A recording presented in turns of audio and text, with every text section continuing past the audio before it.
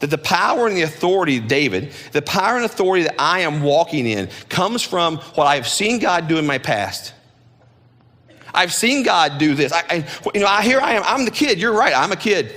But you know, when the lion came and stole the sheep, I went after him because it was my job. I went after him, and God provided, and God rescued, and God gave me the strength to overcome the animal that was greater than I was. And when the bear did the same thing, God did the same thing. I'm walking into this situation. I'm looking at what God did here and what God did there. And to be honest with you, I'm way more afraid of the lion and the bear than I am the guy. His faith wasn't in some kind of made up stuff. His faith was, look what God's been doing in my past. See, as you let God do the first thing, and it's the first thing's the hardest one, right? But when you let God do the first thing, the second thing is easier than the first one. The fifth one is way easier than the first one. The 10th one is way easier. And what happens is, the greater your faith grows, the more you believe in the power and the work of God in and through you. You look back and you say, look what God's done. God did this, and God did this, and God did this, and God did this. And so here's where we stand today. You have to begin somewhere. I don't know what God's going to challenge you with today.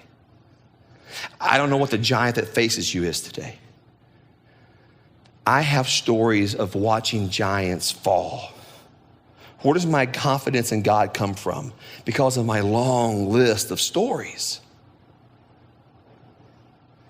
I don't have fear. I mean, I can feel fear. I can feel anxiety. I can feel like, oh my gosh, there's going to be a train wreck. I can feel all those things, but not in my faith.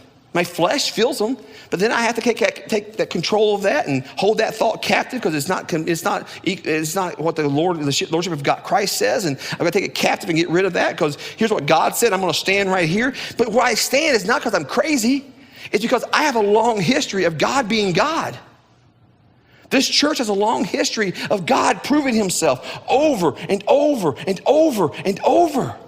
You can have the same story. It'll be different stories. But God did this in my life, and God did this. And it may be really small to me, what God does in you, or somebody else may think it's a big deal. But to you, when God does that thing for you, when that prayer is answered, when that life is changed, when that thing that takes place you think was going to take place, it's like, oh, thank you, God. And that's how you grow your faith.